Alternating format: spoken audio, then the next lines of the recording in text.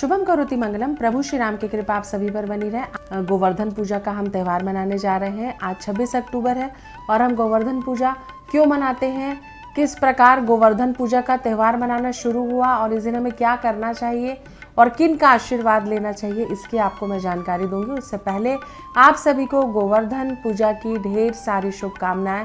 इसे हम अन्य कूट के रूप से भी जानते हैं। तो चलिए मैं आपको बताती हूँ कि गोवर्धन पूजा का व्रत का जो त्यौहार है हम क्यों मनाते हैं। एक बार कृष्ण भगवान ने इंद्र का अभिमान चूर करने के लिए गोवर्धन पर्वत को अपनी छींगी उंगली में, सबसे छोटी उंगली में उठा लिया। एक बार कृष्ण भगवान ने गांव वासियों को ये कहा कि हम हर बार बारिश के लिए इंद्र देव की पूजा करते हैं, ये गोवर्धन जो हमारे रक्षा करते हैं चारों दिशाओं से, तो हम क्यों ना एक बार गोवर्धन पर्वत का भी पूजन करें। तो जब गोवर्धन पर्वत के पूजन की बात आई तो इंद्रदेव श्री कृष्ण से रुष्ट हो गया और उन्होंने इतनी घनघोर वर्षा की कि पूरा उनका गांव पानी में डूबने लगा। इससे कृष्ण भगवान इंद्र के अभिमान को उन्होंने चूर करने के लिए अपनी उंगली में गोवर्धन पर्वत को उठाया और पूरे गांव वासियों को गोवर्धन के पर्वत के नीचे आश्रय दिया। उसी दिन से गोवर्धन पर्वत की पूजा का जो एक व्यवधान है या प्रावधान है, हम कह सकते हैं, जो व्यवधान है वो इंद्रदेव ने डाला था और उसका जो प्रभाव ये हुआ कि श्री कृष्ण ने इंद्रदेव को ये दिखा दिया कि घमंड, अहंकार कभी भी लाभकारी नहीं होता, क्योंकि श्रेष्ठ को सर्वश्रेष्ठ जरूर मिलता है।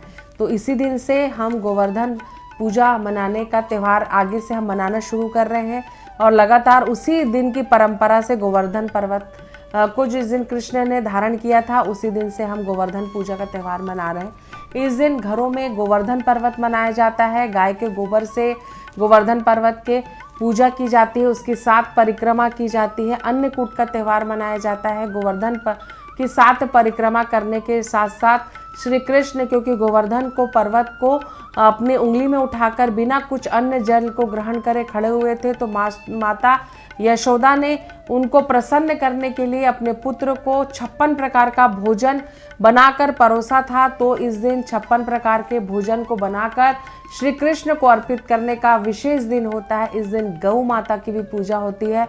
गौ माता को स्नान कराकर उन्हें सजाया जाता है, साथ ही साथ उनको भी कई प्रकार के भोजन ग्रहण कराए जाते हैं।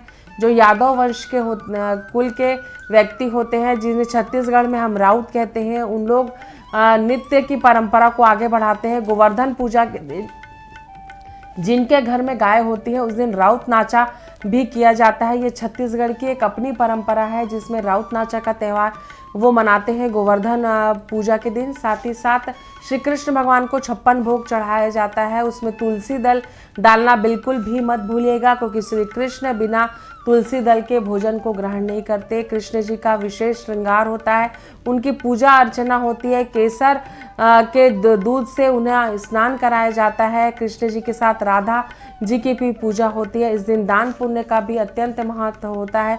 इस दिन आप जरूरतमंदों को अगर दान करते हैं तो भी आपको श्री कृष्ण का आशीर्वाद प्रदान होता है और सुख समृद्धि और सौभाग्य आपके जीवन में बढ़ता है। गोवर्धन पूजा के दिन अन्नकूट की भी परंपरा होती है, जिसमें कई प्रकार के व्यंजनों को एक साथ एकत्रित कर श्री कृष्ण को अर्पित किया जाता है, जिसे हम खिचड़ी का भोग कहते हैं। खिचड़ी का भोग भगवान को अर्पित करने के साथ साथ गरीबों को भी बांटा जाता है। गाय का आशीर्वाद लिया जाता है उनको भोजन कराकर। साथ ही साथ गाय के बछड़ों और गाय की जो बछिया होती है उनका भी विशेष पूजन होता है और उन्हें भोजन ग्रहण कराया जाता है। जो गोवर्धन पूजा का पर्व होता है वो एक बुराई पर अच्छाई की जीत का भी पर्व हम मान सकते हैं, क्योंकि इंद्र का जो घमंड था उसको श्री कृष्ण ने अपनी मात्र एक उंगली में गोवर्धन पर्वत को उठाकर छीण कर दिया था। इसलिए जीवन में हमेशा कोई भी पर्व आता है वो हमें कोई ना कोई सीख जरूर देकर जाता है कि ये गोवर्धन पूजा का पर्व हमें ये सिखाता है कि कभी भी हमें अहंकारी नहीं होना चाहिए और हमेशा धैर्य धारण कर सबका विकास के बारे में सोचना चाहिए, सबके लाभ के बारे में सोचना चाहिए, जिससे कि हमारे जीवन में कभी भी हम अहंकारी नहीं बने।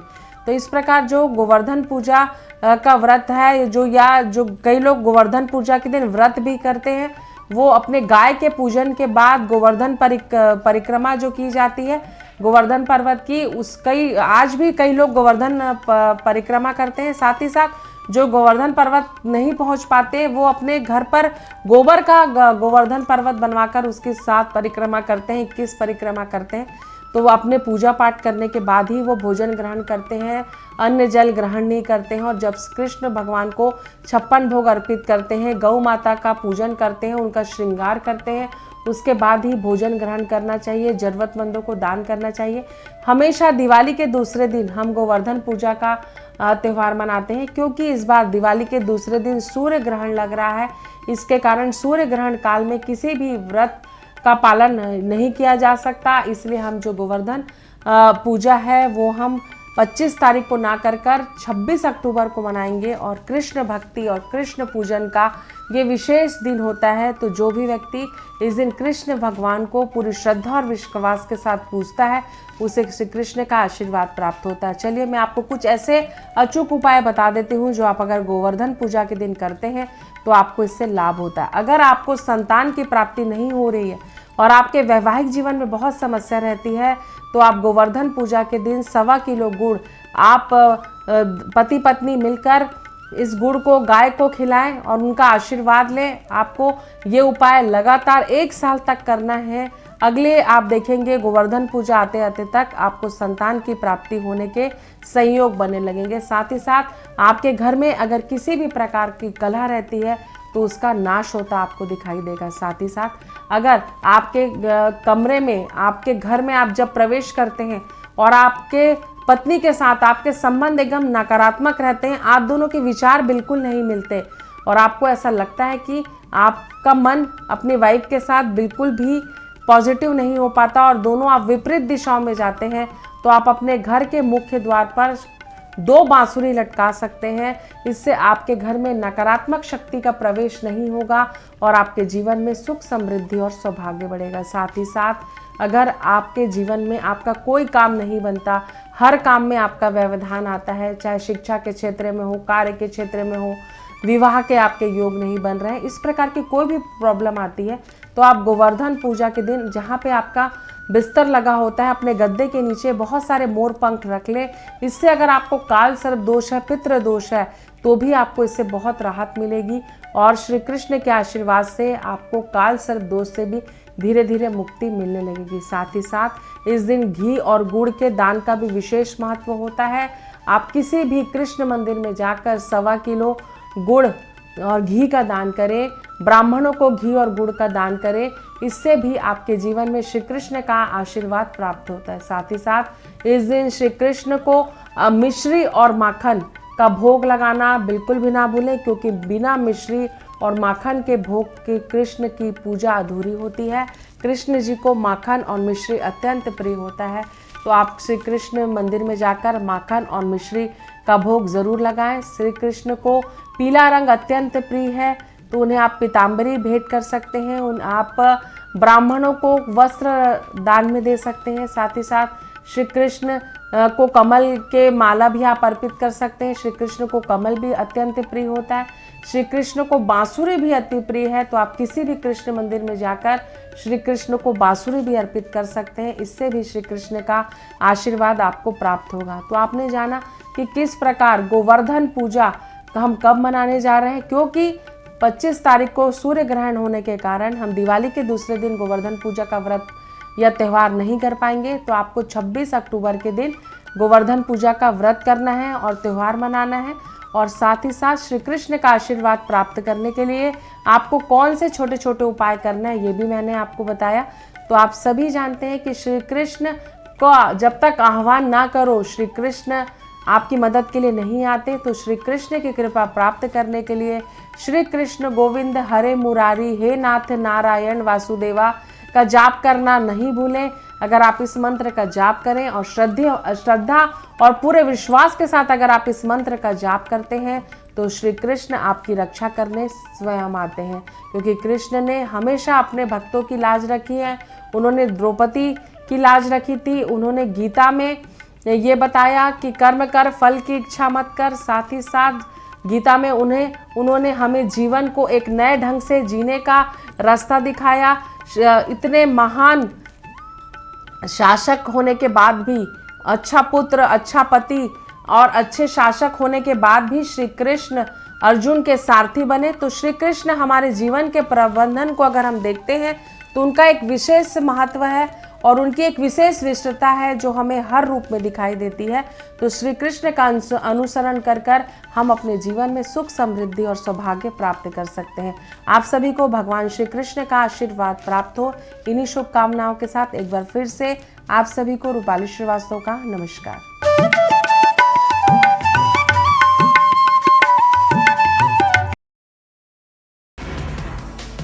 सीएम भूपेश बघेल ने दी बधाई, ट्वीट कर दी बधाई, लिखा विराट विजय की हार्दिक बधाई। भारत की जीत पर मंत्री शिव डहरिया ने मनाया उत्सव, त्योहारी तैयारियों के बीच पूरे मैच तक टीवी से चिपके रहे। मुख्यमंत्री भूपेश बघेल ने दी दिवाली की शुभकामनाएं, पुलिस की टीम ने की सीएम से मुलाकात। सीएम भूपेश बघेल ने नरक चतुर्दशी पर सभी प्रदेशवासियों को दी शुभकामनाएं, कहा लोगों का जीवन पाप और बुराई से हो मुक्त। कांग्रेस प्रदेश प्रभारी पीएल पुनिया का बस्तर दौरा 28 अक्टूबर से शुरू होगा। 3 दिवसीय दौरा 31 अक्टूबर को रायपुर में होगी कांग्रेस की अहम बैठक। रायपुर में एसआई परीक्षा स्थगित होने पर बीजेपी ने सरकार पर साधा निशाना, कहा त्योहार से ठीक पहले सरकार ने युवाओं को किया निराश। कांग्रेस सरकार युवाओं को बर्बाद करने पर तुली हुई है। रायगढ़ में कल धनतेरस पर बाजार हुए गुलजार, लोगों ने जमकर की खरीदारी। रंगोली, पटाखा और मिठाई की दुकानों में महिला और बच्चों की दिखी भीड़। जांजगीर चांपा के रिहायशी इलाके में पटाखे का भंडारण, पुलिस ने 3 ठिकानों पर मारा छापा। प्रदेश में चढ़ा दिवाली का खुमार, फूलों की खरीदारी के लिए उमड़ी भीड़। कोलकाता और बेंगलुरु से मंगाए गए फूल। अंबिकापुर में दिए बेच रहे कुम्हारों के बीच प्रतिस्पर्धा, बड़े व्यापारी बाहर से लाकर बेच रहे दिए, स्थानीय कुम्हारों का धंधा हो रहा मंदा। मनेन्द्रगढ़ में महिला स्वास्थ्य अधिकारी से रेप का मामला, स्वास्थ्य कर्मचारी संघ हुआ लामबंद, पुलिस सुरक्षा के इंतजाम करने का अल्टीमेटम। मनेन्द्रगढ़ में महिला स्वास्थ्य अधिकारी से रेप मामले में बीजेपी ने किया प्रदर्शन में पूर्व विधायक श्याम बिहारी जायसवाल शामिल। बालोद में न्यूज 18 की खबर का बड़ा असर, गाय घसीटने के मामले में कार्रवाई, 3 कर्मचारियों को किया गया बरी।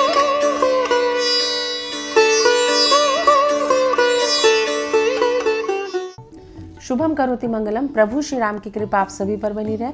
भाई दूज पर्व की आप सभी को ढेर सारी शुभकामनाएं। चित्रगुप्त भगवान की कृपा भी आप सभी पर बनी रहे, ऐसी मेरी शुभकामना है। आज हम चर्चा करने वाले हैं कि भाई दूज, जो कि भाई बहन के संबंधों का एक पवित्र रिश्ता होता है, जो कि दिवाली के बाद हम मनाते हैं। तो ये त्यौहार क्यों मनाया जाता है, इसके पीछे क्या पौराणिक कथा है, आपके भाई को किस प्रकार आपको तिलक करना चाहिए, किस प्रकार पूजन करना चाहिए, किस प्रकार उन्हें भोजन कराना चाहिए, और इससे संबंधित सारी जानकारी आज मैं आपको देने वाली हूँ। तो चलिए हम शुरुआत करते हैं। भाई दूज का त्यौहार हम क्यों मनाते हैं? तो भाई दूज का जो त्यौहार है वो हम इसलिए मनाते हैं क्योंकि इस दिन यम की बहन यमी ने अपने भाई यम को अपने घर में बुलाकर भोजन कराकर उनका तिलक किया था।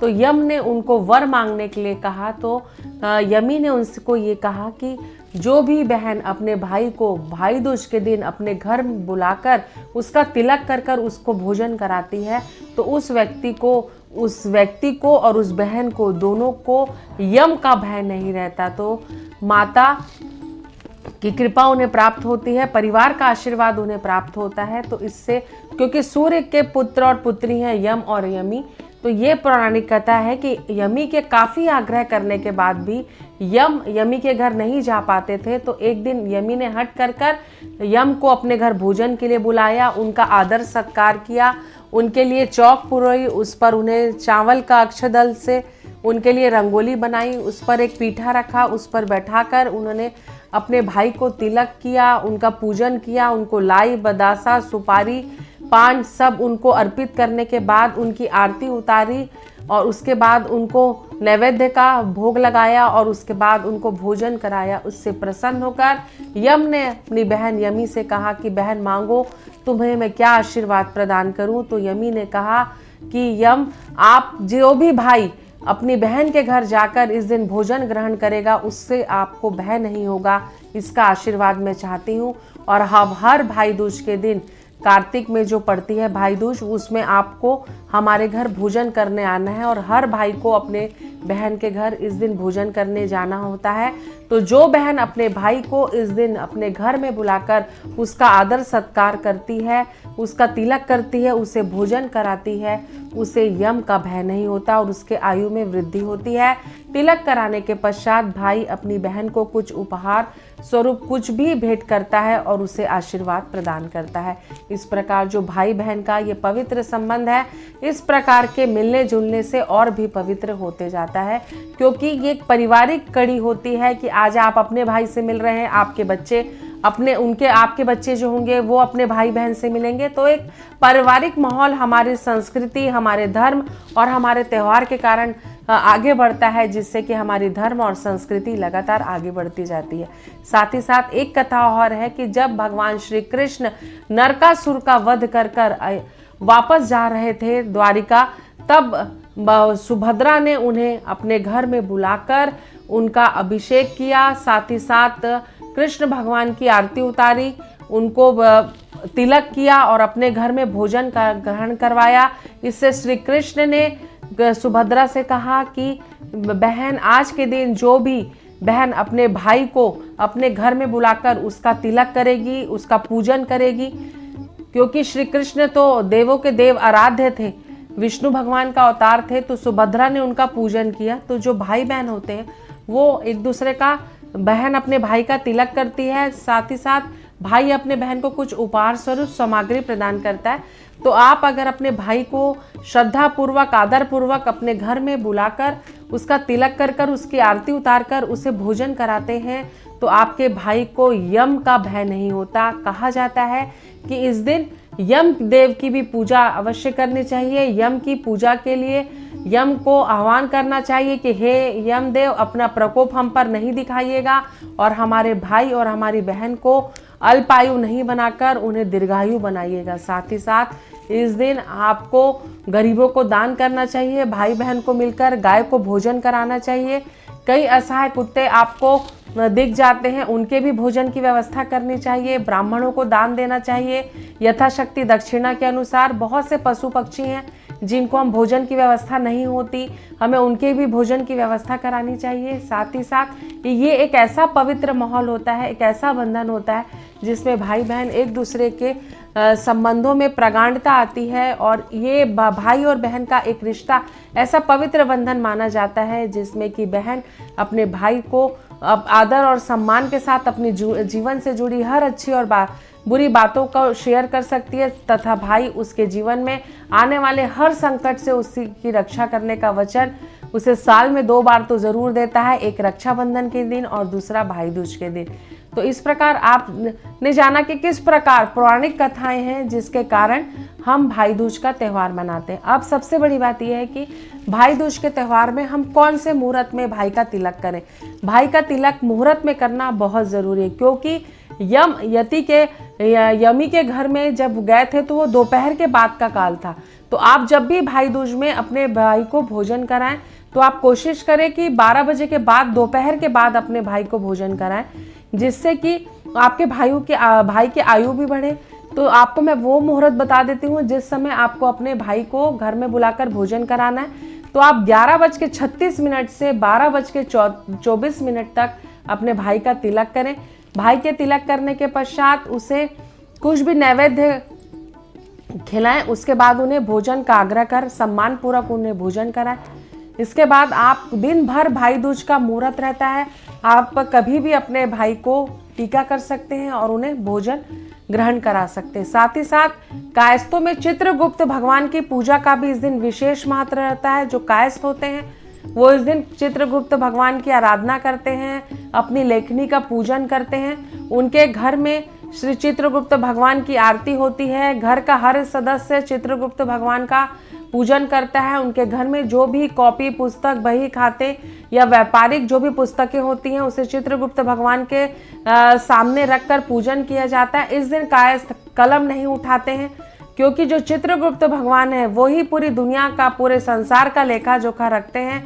और इस दिन कायस्थों के द्वारा श्री चित्रगुप्त भगवान की पूजन का भी विशेष महत्व होता है। और इस दिन सारे दुनिया के जितने भी कायस्थ हैं वो चित्रगुप्त भगवान का पूजन करते हैं और इस दिन वो अपनी लेखनी नहीं उठाते हैं, क्योंकि इस दिन वो लेखनी की पूजा करते हैं, कलम दवात की पूजा होती है और वो अपने आराध्य चित्रगुप्त भगवान से अपनी संतान की, अपनी परिवार की सुख समृद्धि की प्रार्थना करते हैं और उनके जीवन में किसी प्रकार का कष्ट न आए इसकी कामना करते हैं और चित्रगुप्त भगवान का आशीर्वाद भी वो प्राप्त करते हैं। तो आपने जाना कि किस प्रकार भाई दूज का त्यौहार हम 27 अक्टूबर को मनाने जा रहे हैं, क्योंकि हर व्यक्ति के मन में ये जिज्ञासा है कि हम 26 अक्टूबर को भाई दूज का त्यौहार मनाएं कि 27 अक्टूबर को, क्योंकि बीच में दिवाली के दूसरे दिन ग्रहण काल सूर्य ग्रहण लग रहा है। इसलिए गोवर्धन पूजा हम 26 तारीख को और 27 तारीख को हम भाई दूज का त्यौहार मनाएंगे।